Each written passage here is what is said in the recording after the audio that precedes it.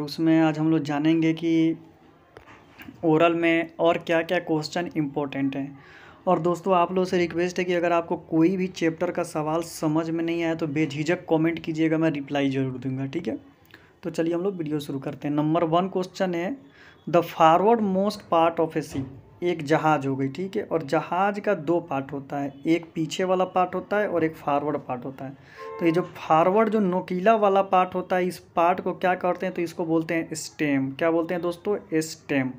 और नीचे वाला पार्ट को बोलते हैं स्टर्न, ठीक है, याद रखिएगा। तो फॉरवर्ड पार्ट पूछेगा तो आपको स्टेम बताना है, और पीछे वाला पार्ट पूछेगा तो स्टर्न बताना है, ठीक है। तो इसका आंसर हो जाएगा stem. Number 2, rope should B store. देखिए दोस्तों, इसके कहने का मतलब है कि जो रोप होता है, रोप जो हम लोगों की रोप होती है यानी रस्सी होती है, रसरिया जो हम लोग का होता है, उसको हम लोग को कहाँ रखना चाहिए ताकि वो रस्सी खराब ना हो।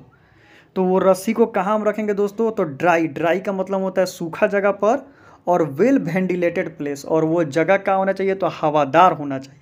तो सूखा और हवादार जगह पर रखेंगे तो हमारी जो रोप है, रस्सी है, वो खराब नहीं होगी, क्योंकि रस्सी 10-10 लाख 5-5 लाख की एक आती है। Number 3, when we face the forward of a ship. बोल रहा है कि इस तरह एक शिप है और आप एकदम फॉरवर्ड की तरफ मुंह करके खड़ा है, और आपका जो राइट साइड है वो राइट साइड को क्या बोलेंगे? तो नॉर्मली मैंने आपको बता दिया है बाबू कि ये नॉटिकल टर्म होता है कि जहाज में राइट साइड को बोलते हैं स्टारबोर्ड साइड और लेफ्ट साइड को बोलते हैं पोर्ट साइड। तो राइट साइड है तो बाबू क्या हो जाएगा? Starboard side. नंबर 4, ब्रेस्ट रोप। देखिए जहाज में भी कितने टाइप का रोप होता है, तो हेड लाइन होता है, ब्रेस्ट लाइन होता है, फॉरवर्ड ब्रेस्ट लाइन होता है, फिर उसके बाद आपका आफ्ट स्प्रिंग लाइन होता है, आफ्ट ब्रेस्ट लाइन होता है, और स्टर्न लाइन होता है, और सबका अलग अलग काम मैंने आपको बता दिया है। तो वही पूछ रहा है कि जो ब्रेस्ट रोप होता है उसका यूज क्या होता है। तो जो ब्रेस्ट रोप होता है ना, वो जेटी में जहाज को बांध कर रखता है, जहाज को जेटी से वापस नहीं आने देता है। तो prevent the vessel from moving away from jetty, jetty से उसे भागने नहीं देता है। नंबर 5, देखिए दोस्तों, आपको कोई भी क्वेश्चन समझ में नहीं आया तो आप डिफिनेटली कमेंट कीजिएगा कि समझ में नहीं आया, मेरा कंसेप्ट क्लियर कर दो, मैं डिफिनेटली आपका कंसेप्ट क्लियर कर दूंगा।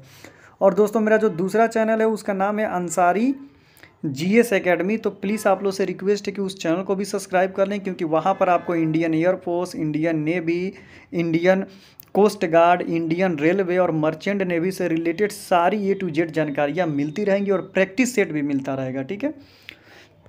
अब नंबर 5 की बात कर लेते हैं, breaking strength of a rope more then. जो ब्रेकिंग स्ट्रेंथ होता है रोप का, टूटने की जो क्षमता होती है, वो सेफ वर्किंग लोड से ज़्यादा होती है, ठीक है। अगर सेफ वर्किंग लोड से अगर ज़्यादा हम लोग जाएंगे तो रस्सी टूट जाएगी। नंबर 6 है एक्स्ट्रा फ्लेक्सिबल स्टील वायर रोप। दोस्तों मैंने आपको ऑलरेडी बताया है कि स्टील वायर रोप 3 टाइप का होता है, एक नॉर्मल स्टील वायर रोप, एक फ्लेक्सिबल स्टील वायर रोप, और एक होता है एक्स्ट्रा फ्लेक्सिबल। तो जो नॉर्मल होता है उसका होता है 6x12, और जो फ्लेक्सिबल होता है उसका होता है 6x24, और जो एक्स्ट्रा फ्लेक्सिबल होता है उसका होता है 6x37, ठीक है। तो याद रखिएगा, ये बहुत ही इंपॉर्टेंट है, एक्स्ट्रा वाला हमसे पूछता ही पूछता है, ठीक है। Number 7, to increase to the life steel wire rope is a crane it should be. बोल रहा है कि ये क्रेन है, ठीक है। जहाज में जो क्रेन है सामान को उठाती है और रखती है, जो जहाज में क्रेन है उसमें जो वायर लगा हुआ है उसका लाइफ बढ़ाने के लिए, यानी वो ज़्यादा दिन तक चले, ढेर दिन तक चले, तो ढेर दिन तक चलाने के लिए उसमें हम लोग क्या करेंगे? तो दोस्तों उसमें हम लोग ग्रीस पोत देंगे, ग्रीस पूरा पोतेंगे, उसमें ग्रीस लगाएंगे ना तो वो ज़्यादा दिन तक चलेगी। तो ग्रीस रेगुलरली माने हमेशा टाइम टू टाइम ग्रीस लगाएंगे। Number 8, I splice is use for. बोल रहा है कि आई स्प्लाइस किस लिए यूज़ किया जाता है। तो स्प्लाइस मैंने आपको बताया था, लॉन्ग स्प्लाइस, आई स्प्लाइस, शॉर्ट स्प्लाइट, बैक स्प्लाइस, चैन स्प्लाइस, सब आपको बताया था। तो उसमें पूछ रहा है कि देखिए ये रोप हो गया, और रोप में इस तरह लिया कर इसमें इसको बांध देंगे ना, तो इसको बोलते हैं आई स्प्लाइस। तो आई स्प्लाइस जो होता है ना, परमानेंट आई बनाने के लिए होता है, एंड ऑफ द रोप। रोप का देखिए ये एंड है, और यहाँ पर परमानेंट, अगर परमानेंट आई बनाएंगे तो उसको बोलते हैं आई स्प्लाइस, अगर टेम्पोररी आई बनाएंगे तो उसको बोलते हैं बो लाइन। तो पूछ रहा है कि आई स्प्लाइस का यूज़ क्या होगा, तो permanent I and of the रोप आपको बोलना एकदम जरूरी है, एकदम सर्वेयर खुश होकर आपको तड़ाक से नंबर देगा। Number 9, can in the rope off. देखिए किन क्या होता है, देखिए ये रोप हो गया, वायर रोप हो गया, और इस तरह है बीच बीच में देखिएगा ना कि वायर रोप में इस तरह तो नहीं, कहीं कहीं टूट टूट के निकलने लगता है। तो जो ये टूट टूट के निकलने लगता है ना दोस्तों, तो उसका टूटलके को हम लोग क्या बोलते हैं, तो किंक बोलते हैं, यानी उसमें खराब होना, यानी उसमें इंजरी आना। तो can cause permanent injury to the rope, ठीक है, उभरना।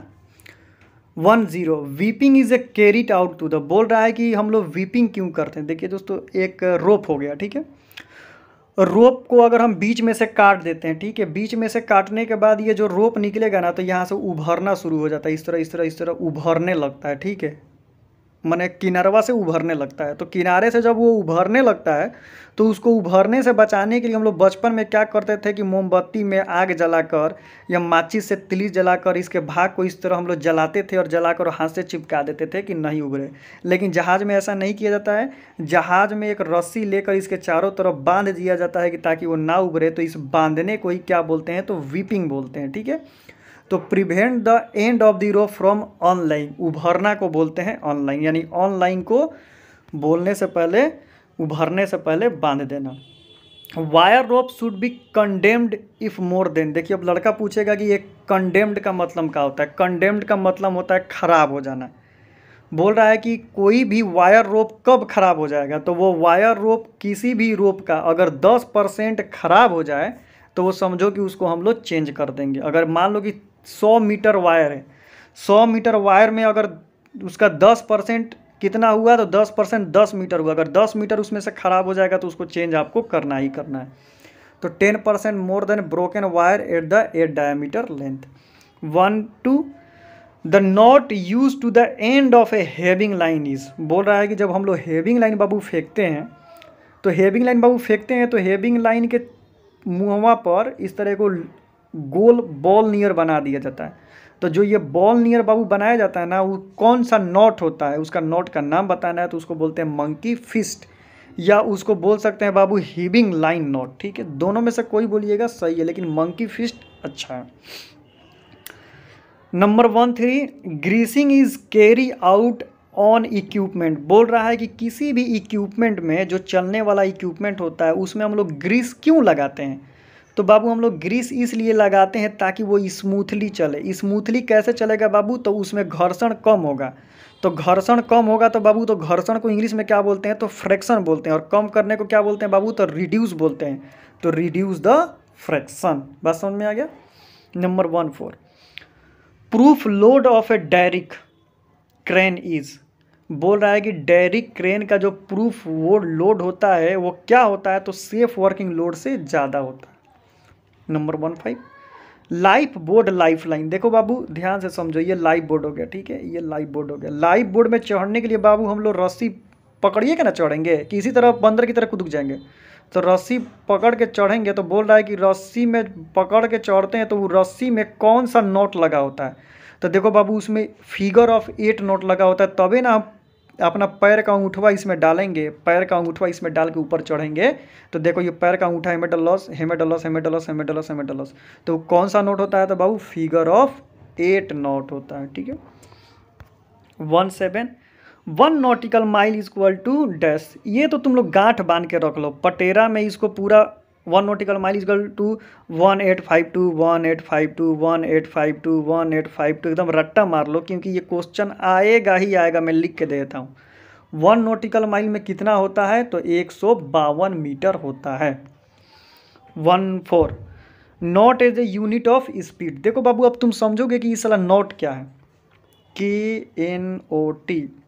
देखो जो ये नॉट होता है ना, जैसे हम लोग साइकिल चलाते हैं, मोटरसाइकिल चलाते हैं, तो हम बोलते हैं कि हमारी गाड़ी 60 क्या एवरेज देती है। इसका मतलब हुआ कि 1 लीटर में 60 जा रहा है। और कोई बोलता है कि हम तो 60 किलोमीटर प्रति घंटा से नहीं है, यानी 1 घंटा में वो 60 किलोमीटर जाता है।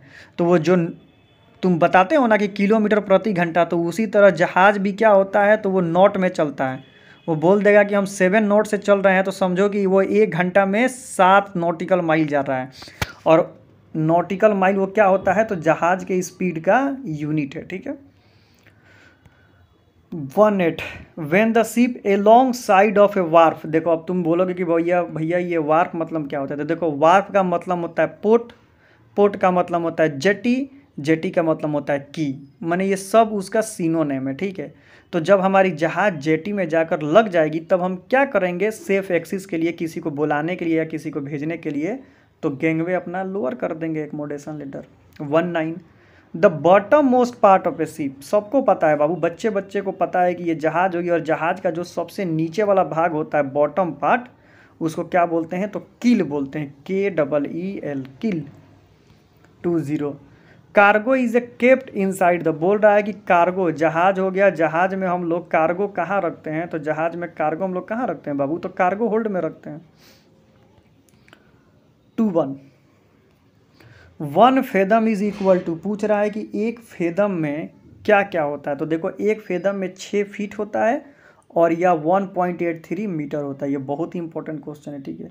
व्हाट इज़ ए नॉट, मैंने आपको पहले ही बताया बाबू कि नॉट क्या है और इसका शॉर्ट फॉर्म KTS है, ठीक है। तो ये unit of speed is called knot, जहाज का स्पीड नॉट में ही मापते हैं। 1 nautical mile is equal to how many cable, तो 10 केबल। याद रख लेना बाबू कि एक नॉटिकल माइल में बाबू, एक नॉटिकल माइल में 1852 मीटर होता है और एक नॉटिकल माइल में पूछ देगा केबल कितना होता है, तो 10 केबल होता है। याद रख लेना, ये बहुत इंपॉर्टेंट क्वेश्चन है। Even kill means trim is zero. देखो कहने का मतलब है कि जहाज ना दाएं झुके ना बाएं झुके, तो उस पोजीशन को क्या बोलते हैं, तो ट्रिम। तो ट्रिम क्या होता है बाबू, जीरो होता है। Up right means when the list of ship is zero, ठीक है। 26 forward most deck is called, जो जहाज का सबसे आगे वाला डेक होता है उस डेक को क्या बोलते हैं बाबू, तो उसको बोलते हैं, देखो यही से तुम गड़बड़ जाओगे। पहला क्वेश्चन पूछा था कि जहाज के सबसे आगे वाले भाग को क्या बोलते हैं, तो आगे वाले पार्ट को स्टेम बोलते हैं और पीछे वाले भाग को स्टर्न बोलते हैं। लेकिन क्वेश्चन पूछेगा कि जहाज का सबसे आगे वाला डेक का नाम बताओ, तो डेक अलग होता है और पार्ट अलग होता है। तो आगे वाला डेक को बोलते हैं फॉक्सल डेक या फोरकेसल डेक। तो देखो फॉक्सल डेक या फोरकेसल डेक। तुम बोलोगे कि अंसारी सर तो उल्टा पुल्टा पढ़ा रहे हैं, नहीं, कंसेप्ट क्लियर करो। For mast is located. देखो जो जहाज होती है ना बाबू, जहाज में देखो क्या होता है, तो जो जहाज होती है ना, जहाज में 2 गो मास्ट होता है, एगो पीछे होता है एगो आगे होता है। तो जो आगे होता है उसको फॉक्सल मास्ट बोलते हैं या उसको बोलते हैं फोर मास्ट, और जो पीछे वाला होता है उसको बोलते हैं मेन मास्ट। सब काम यहीं पर होता है, ठीक है। तो जो मेन मास्ट होता है ना वो मंकी आइलैंड में होता है और जो आगे वाला मास्ट होता है ना फोर मास्ट वो फॉक्सल डेक पर होता है। तो ये पूछ रहा है कहाँ होता है, तो फॉक्सल डेक पर होता है। और देखो मेन मास्ट कहाँ होता है, तो मंकी आइलैंड। ये बाबू हम लोगों ने जान लिया, ठीक है। 29 में आते हैं, safe working load of cargo gear is less than breaking strength. जो सेफ वर्किंग लोड होता है वो ब्रेकिंग स्ट्रेंथ से क्या होता है, तो कम होता है। 30 safe working of cargo gear is maximum weight which can be lifted. Safe working load इसलिए बनाया जाता है क्योंकि वो मैक्सिमम वेट होता है और किसी चीज़ को आसानी से उठा लेता है। 31 when a wire rope is join to the fibre rope should be fitted. देखो कहने का इसका मतलब होता है क्या, देखो एक वायर रोप आ गया और एक इधर से नॉर्मल एस्थेटिक्स रोप आ गया, तो इसको दोनों को जोड़ना है तो क्या करेंगे, तो दोनों को जोड़ने से पहले इसके बीच में एक थिम्बल लगा देते हैं ताकि दोनों में कोई कनेक्शन ना हो। तो वही बोल रहा है fitted with the thimble. 32 if more then 10% wire and 8 diameter is broken then the wire should be renew, यानी कंडेम्ड। मैंने आपको समझाया था, उसको वायर को क्या करते हैं, तो चेंज करना ही करना है।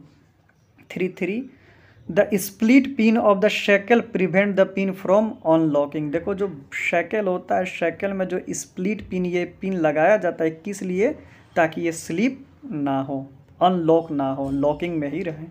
The purpose of mousing hook. देखो माउजिंग का मतलब क्या होता है, अपने घर में आपने पंखा देखा होगा बाबू, पंखा देखा होगा, पंखा में नट लगाकर और उसमें एक पिन लगाया जाता है और पिन लगाकर उसको इस तरह मोड़ दिया जाता है। अगर नट निकल भी गया तो ये नहीं निकलने देगा। तो इसका मेन मकसद क्या होता है, तो स्प्लिट आउट, यानी इसको क्या करेगा, फिसलने से बचाएगा, तो slipping out. 35 a giant line is also called the messenger line. जो गेंट लाइन होता है उसका दूसरा नाम क्या होता है, तो मैसेंजर लाइन होता है। The store wire food ration R be stored, बोल रहा है ना।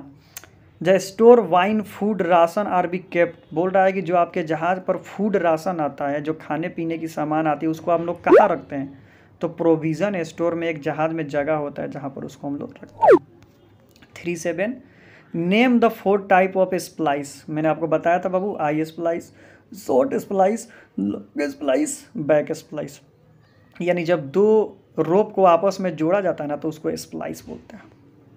38 a single sheave block is used for the lead block, देखो सिंगल सी ब्लॉक का दूसरा नाम होता है lead block. 39 the size of manila rope is indicated by the, बोल रहा है कि किसी भी रोप का साइज मापने के लिए उसका क्या मापते हैं? तो उसका डायमीटर, यानी उसके मुंह की मोटाई माप लेंगे तो वो उस रोप का साइज कहलाने लगता है। ठीक है।